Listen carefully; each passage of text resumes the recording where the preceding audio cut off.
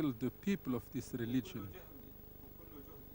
Every effort that is made against America and the Jews yields positive and great direct results. He who can kill an American soldier, this is much better for him than expending his efforts on other matters. Last October, those words of Mr. bin Laden seemed to have been acted upon when terrorists blew themselves up in a boat alongside an American warship, the USS Cole, in the port of Aden in the Yemen. 17 sailors were killed and 38 injured. The inquiry into the bombing is still going on. Mr. bin Laden has never claimed responsibility for this and other terror attacks, but Washington is convinced that he has backed and encouraged groups of Islamic fundamentalists with grievances against America. He always deliberately maintained his distance from terrorist attacks. When you look at Osama bin Laden and his network, his financial network, it's rather like peeling an onion, skin by skin. But perhaps the strongest indication that Osama bin Laden may be behind today's terror attacks is the involvement of his organization in the bombing of the World Trade Center 8 years ago. 6 people died in that explosion, which did limited damage to the building. When the master bomber, Ramzi Youssef, was caught, he was found to have names in his notebook which matched people in Osama bin Laden's terror network. We knew at the time that Ramzi Youssef and his associates had outside support. They had to have finance, logistical, training, and other types of support. And now it appears very likely that the bin Laden network was the ultimate supporter of that operation and the planned follow-up operations. Jane Corbin, well, I've been joined by a number of other guests I'll introduce in just a moment, but Jane Corbin, on the bin Laden connection, it's always very dangerous to leap to a conclusion within hours of something happening, but is there something in what happened today that makes you think that he's the likeliest suspect? Well, as you saw in that report, his followers were believed to be behind the World Trade Center bombing 8 years ago. And the investigators told us that they actually found a lot of evidence to suggest that those bombers were planning a much bigger attack on New York to paralyze it in effect by targeting tunnels, railway lines and bridges. And perhaps most significantly of all, 11 planes, it was planned, would be hijacked and blown up on the ground.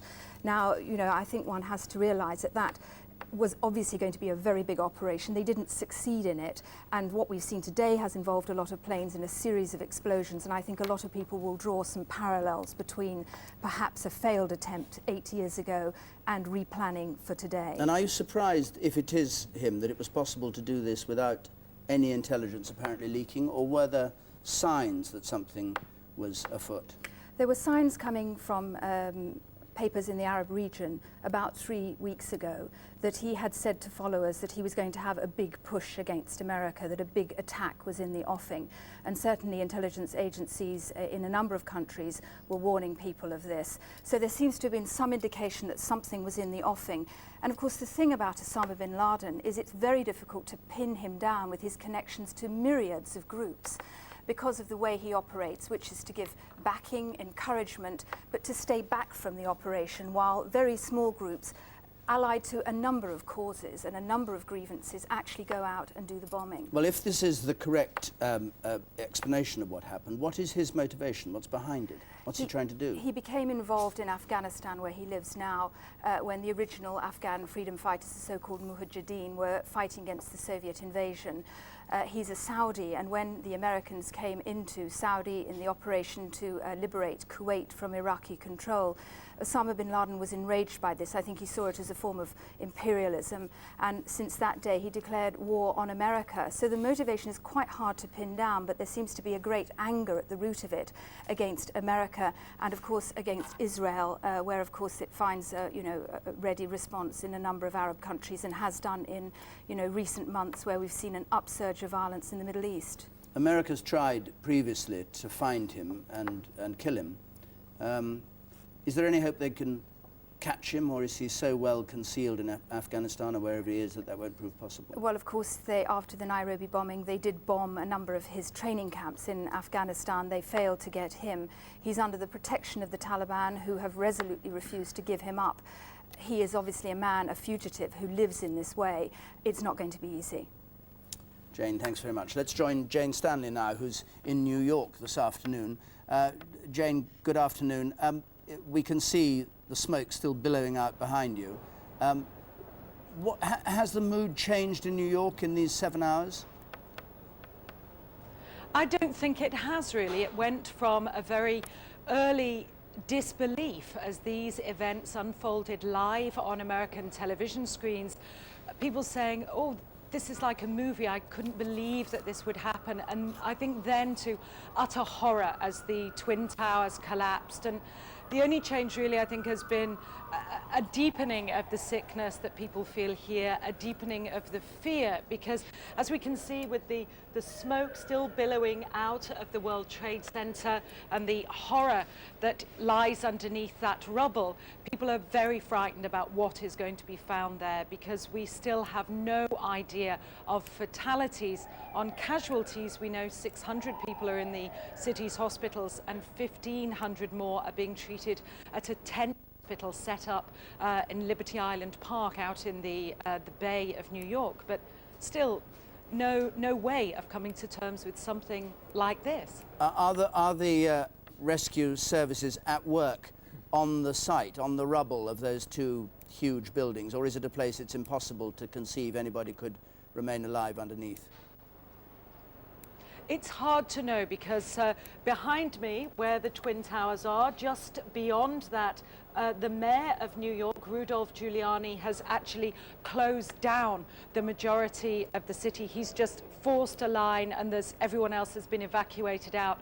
We see behind us regularly coming ambulances, sirens wailing of people. We really have no idea who's being taken from the scene. But of course, rescue efforts are still going on. But when you think of 110 stories, 2 towers falling down, it's a huge area that will have been devastated, very hard to get at. And of course the city, the Red Cross here, appealing for blood donors, people being treated for burns. But kind of as the downtown area, the financial area of Manhattan behind me has been closed down, in many ways so has the information network. For example, we're hearing nothing at all on fatalities. Perhaps it's too horrible for the authorities here to even contemplate yet. Jane, thank you very much. We know perhaps slightly less about what happened in Washington at the Pentagon building, where a plane also crashed into the side of the building there. And of course, as in Manhattan, many people already at work. People go to work at 7:30 in the morning, and it was already 9 o'clock before this plane crash happened. And then the fourth plane, which one congressman has said may have been on its way to Camp David when it crashed, though we don't know anything about that. But Tom Carver is in Washington and has just been to a Pentagon briefing. Can you throw more light on what actually happened at the Pentagon as a result of that crash, Tom? Actually, in fact, it was a White House briefing. So let me just tell you what President Bush's movements are at the moment. He is at an Air Force base, a remote Air Force base in Nebraska, and within the next hour, he is going to be convening his National Security Council by phone. We understand that Dick Cheney will be heading the National Security Council meeting in the Situation Room in the White House just behind me here. That's basically the war room underneath the White House. With him is Condoleezza Rice, the National Security Advisor, and the Secretary of Transportation. Donald Rumsfeld, the Secretary of Defense, will be at the Pentagon and also obviously taking part. And they will essentially be assessing the situation, trying to diagnose who carried out these attacks and what the response is going to be. Karen Hughes was the White House spokeswoman, and I believe we may have a short piece of video of her. Every federal agency has implemented continuity of operations plans to make sure the government continues to function effectively. While the markets closed today because of the situation in Manhattan, the United States financial system has continued to operate. Banks have been open all day. The Federal Reserve has operated regularly and continuously. The Department of Health and Human Services has mobilized medical personnel and supplies to provide help to local authorities who are working so diligently to respond and try to help the victims of these terrible attacks. President Bush has committed the full resources of our intelligence and law enforcement communities to identify and bring to swift justice those responsible for these despicable attacks. Tom,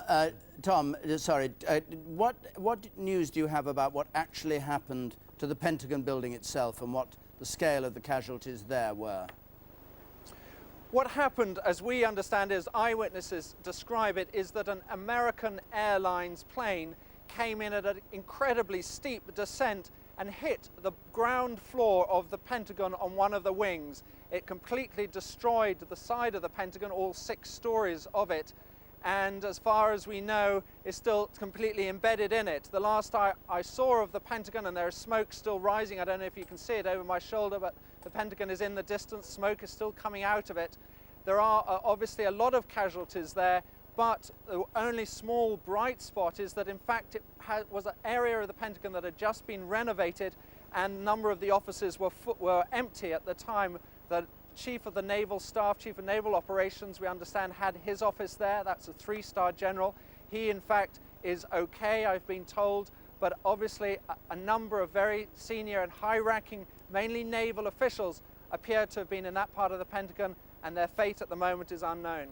How long after the New York attack was the Washington attack, Tom? And there was some talk about the Pentagon being evacuated earlier today, but clearly it wasn't evacuated by the time the plane struck. That's right. The call for evacuation went out a few minutes before the plane struck, apparently in response to the World Trade Center attacks, which happened about 20 minutes before. They were in the process of beginning that evacuation when the plane struck the Pentagon, so they hadn't begun it. Obviously, the evacuation happened immediately afterwards, and the Pentagon at the moment, except for emergency personnel, such as the Secretary of Defense, remains completely empty at this stage. There's a lot of speculation here in Washington, obviously, that the 3 attacks were well coordinated, and I should say that the mood on Congress is also very grim. The whole of Congress has been evacuated. A number of senior congressional figures are calling this America's Pearl Harbor. It's a very grim day up on Capitol Hill, and they are trying to establish an air of calm, but it doesn't look good when the actual seat of government itself in Washington at the moment is empty. Tom, thank you very much. Well, I'm joined here in the studio now by Ehud Barak, who until earlier this year was the Prime Minister of Israel, by James Rubin, who was President Clinton's Assistant Secretary of State, and by Rosemary Hollis of the Royal Institute of International Affairs. Mr. Barak, first of all, should we see this as an act designed to draw attention to what is happening in the Middle East, or should we see it as something quite separate from that? It's clear that the whole Western civilization is at war with world terror. It might have some kind of indirect relationship to something that happened either in Afghanistan or somewhere else in the Middle East, but this is not the case. Once they are ready to hit the World Trade Center and the Pentagon, it means that we are basically at war. And I'm fully confident American people, which is a tough and courageous people, and have tough leadership at the helmet, they will know how to fight back, and I believe that leaders all around the world, here in the UK, in Europe, in Russia, the Russians will fully cooperate with this. Australia, New Zealand, Japan, Israel, of course, and others should join hands to defeat terror, period. We cannot afford this kind of threat to our whole way of life. I'll come back to that point in a moment. I want to bring in Frank Gaffney, who's the director of the Center for Security Policy, who's in Washington. How do you think the United States will respond to this? And are you surprised, as an expert in security matters, that nobody had any inkling of what happened? Well, to answer the second question first, I'm not frankly surprised because this is precisely the way the the cells that we're up against here, and perhaps their state sponsors, are organizing themselves and conducting their activities. It is purposely designed to keep the lowest possible profiles, avoid signatures, as they say in the intelligence business, and conduct their affairs in such a way that we won't know what's happened to us until it has happened. As to how the United States will respond, it remains to be seen, of course. My hope is that, as any number of people have said on this program and elsewhere here in Washington in recent hours, the United States is at war now.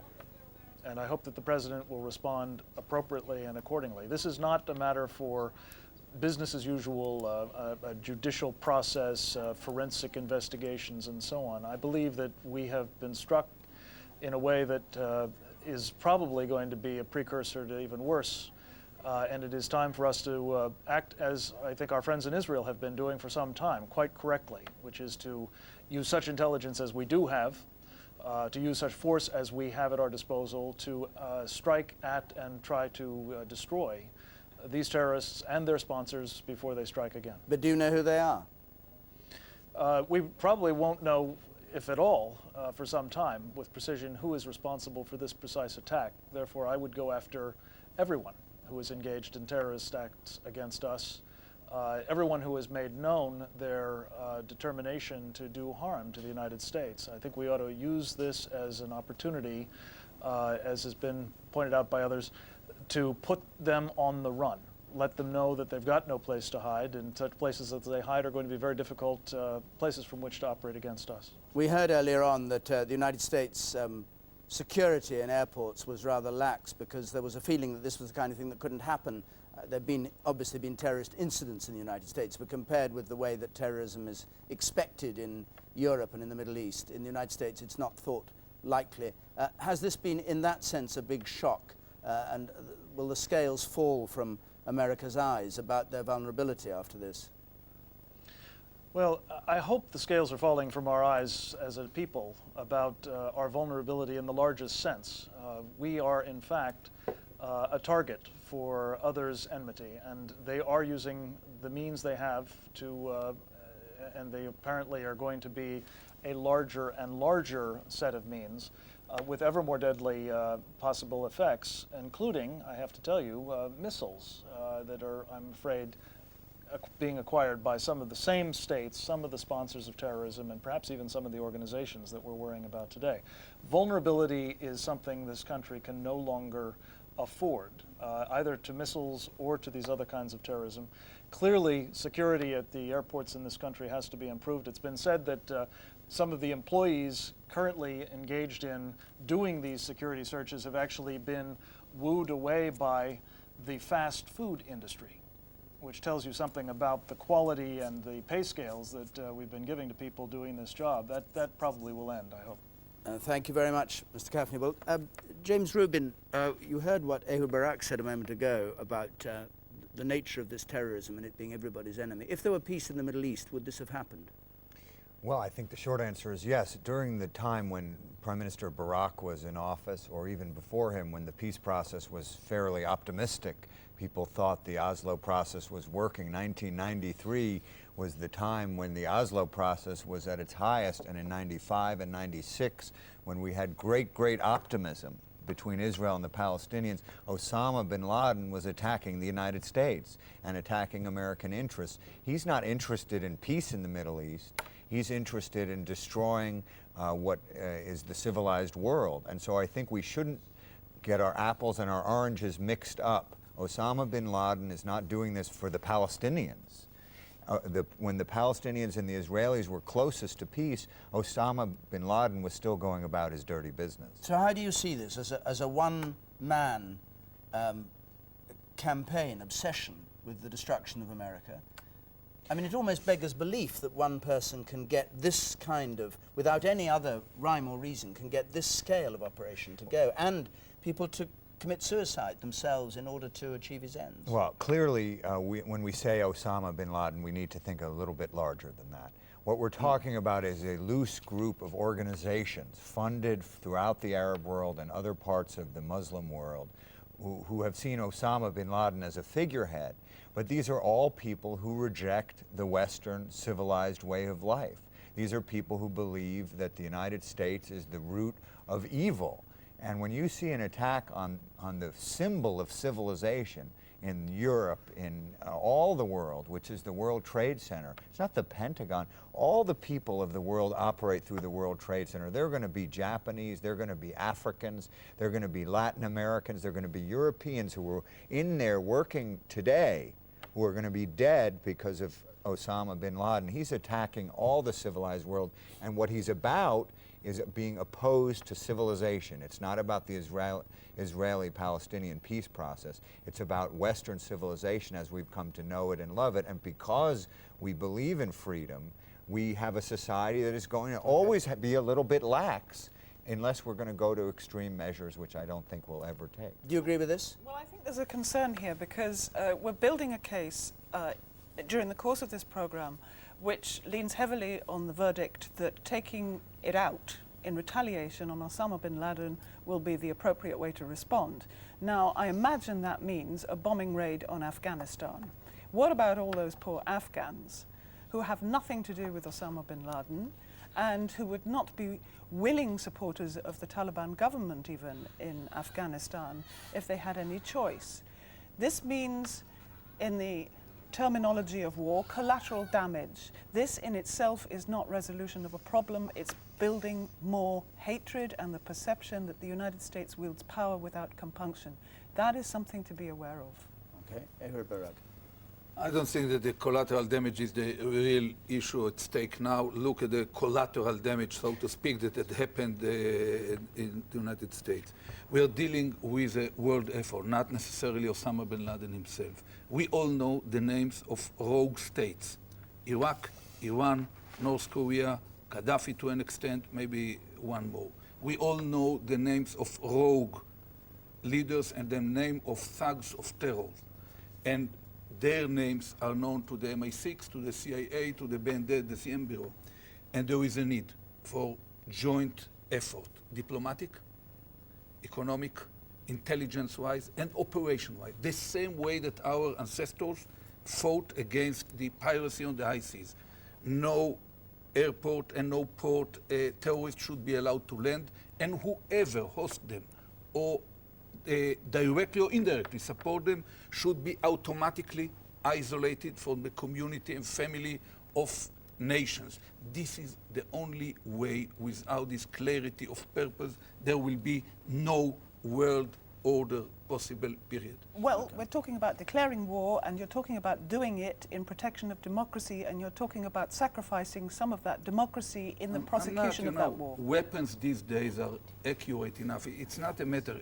I don't want to go into the operational details. Once there is a will, a clear will of world leadership to put an end to it, it will take a lot of painful moments, ups and downs, and even tough moments like this one, but we will prevail and democracies will overcome this phenomena of terror within 10 years. Okay, let's pause there and go back to Tom Carver, who we were hearing from a moment ago, who's been in Washington all day, and here's his report on the latest events there.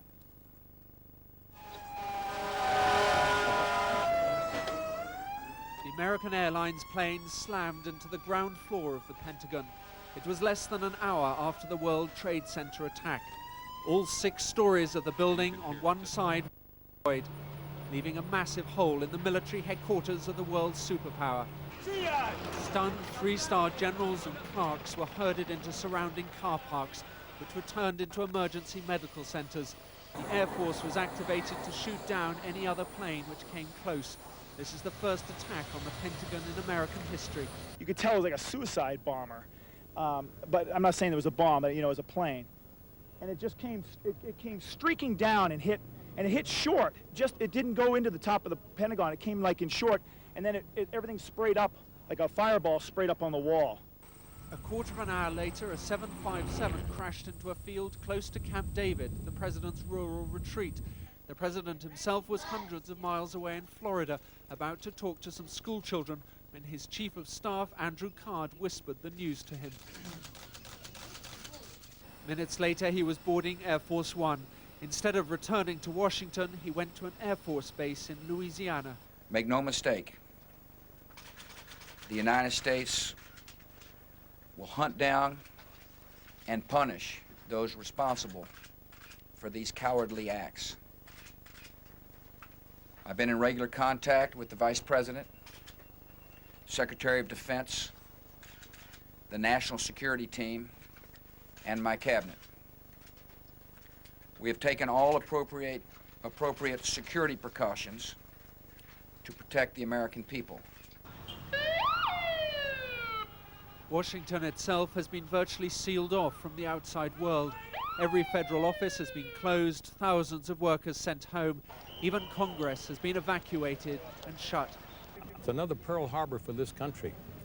And I gathered my staff and we calmly held a prayer meeting, and then I told them to go home.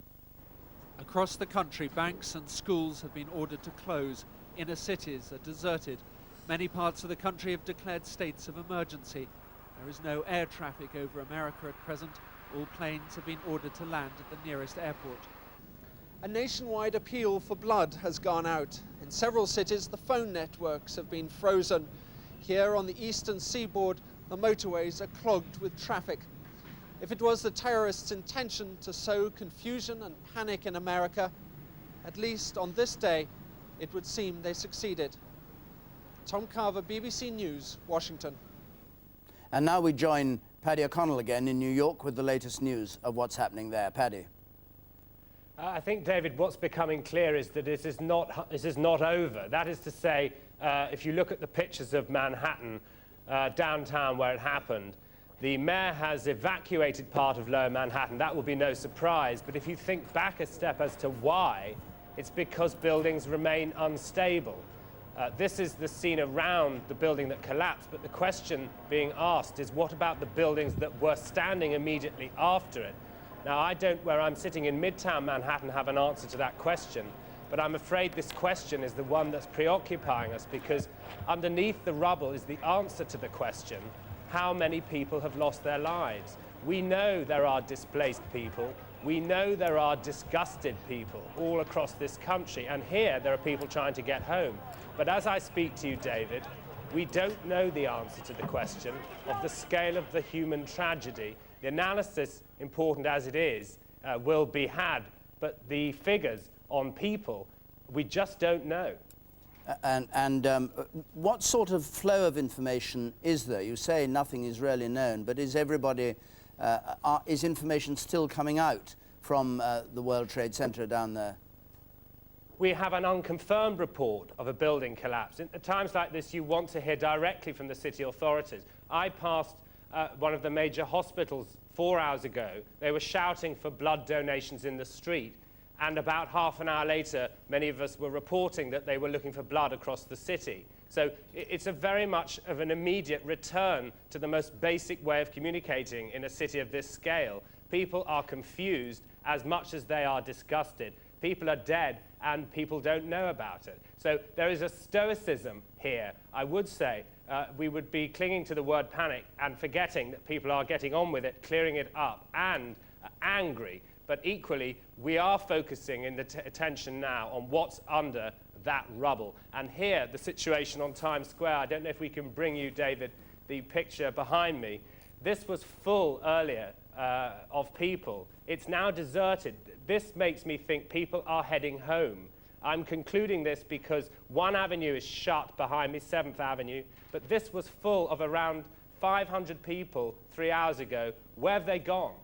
We think they've gone home, and we don't know the answer to that either. And is there a feeling that America will be able to revenge this in some way, or indeed prevent its happening, anything like it happening again? Or are people fatalistic about it? I think shock has turned to anger already. I heard the first mention of Pearl Harbor was from a man on the street down here.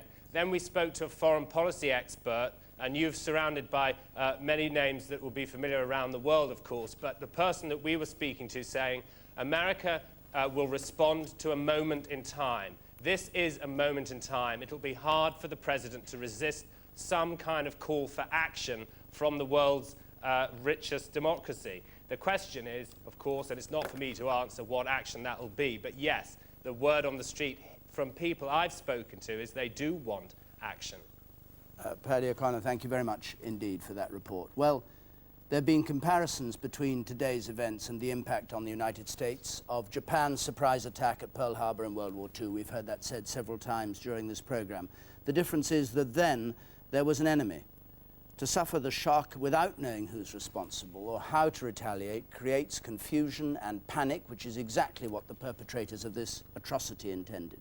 September the 11th, 2001, will be remembered as an attack not just on the United States, but on the very concept of a secure and orderly world, an attack on all of us. Coverage continues now on BBC News 24 with my colleagues Carrie Gracie and Gavin Esler.